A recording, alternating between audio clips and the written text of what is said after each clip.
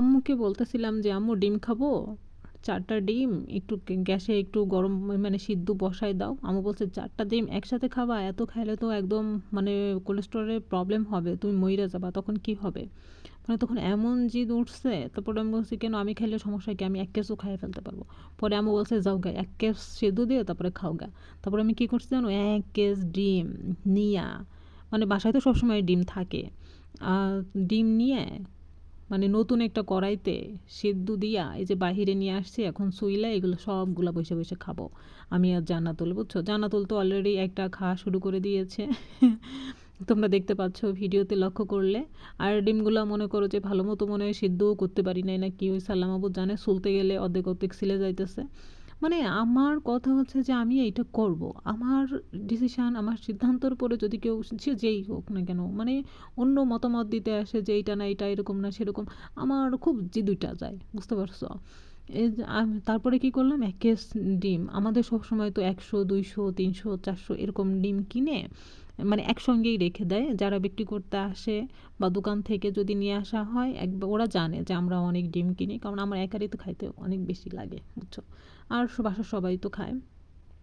তো এরভাবে ডিম সবসময় থাকে। আর আজকে আমি এতগুলো ডিম আমি জীবনে একসাথে সেদ্ধ করে খাইনি। তো আজকে আমি করলাম যে এতগুলো ডিম একসাথে সেদ্ধ দিছি এবং খাবো, সত্যিই খায় সারবো, বুঝছো? তোমাদেরকে অবশ্যই ভিডিওতে আমি দেখাবো এই যে আম্মু এসে বলতেছে যে এইগুলা খায় সত্যি তুই মনে হয় আজকে মরবি আমি বলছি কি, দেখো আম্মু মরবো না, কারণ আল্লাহ তাআলা আমাকে অনেক হায়াত দিয়েছে, কারণ তোমাকে জ্বালাবো পোড়াবো তারপরে তো মরবো এত সহজে আমার মরণ নেই।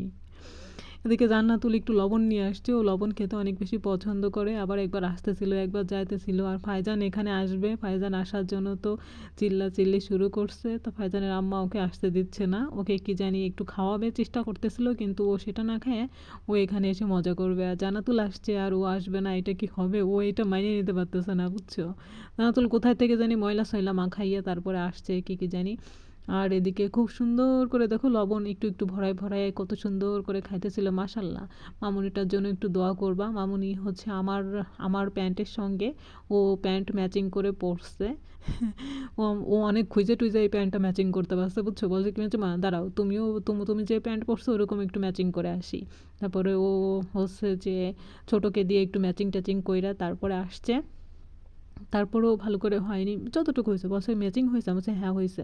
দেখো লবণ কী পরিমাণে খাইতেছে, এখন কি করবে জানো, লবণটুক পিছন দিয়ে আস্তে ফেলে দিবে, কেউ যাতে বুঝতে না পারে, দেখছো? মানে কেউ দেখে নাই, ও ভাবছে, কিন্তু ভিডিওতে তো ঠিকই উইঠে গেছে, ঠিক আছে আর এদিকে হচ্ছে যে একে একে ডিমগুলো আমি সিল নিচ্ছিলাম, বাহিরে এসেই সিলতেছিলাম, কারণ রুমের ভিতরে আম্মু তো চিল্লাপাল্লা করতেছে যে খাইলে খা, সমস্যা নাই, তোরে তো আর আমরা কেউ খাইতে মানা করি নাই, কিন্তু তুই এতগুলো একসঙ্গে খাবি তাহলে তো তোর সমস্যা, নিজের সমস্যা করে জিদ খাটাবি, এগুলো কি হইল?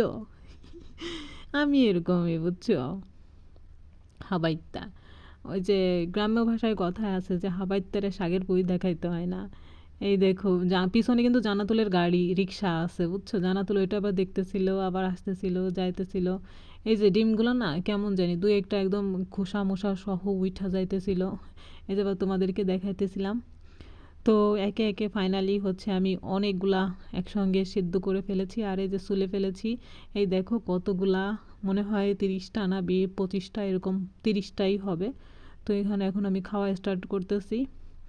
এখন এই সবগুলা ডিম আমি এখন খাই ফেলবো খাদকালির মতো। এই এতগুলো ডিম খাওয়ার পরে অতপর আমার কি হইলো অবশ্যই তোমরা কমেন্টে জানাবা।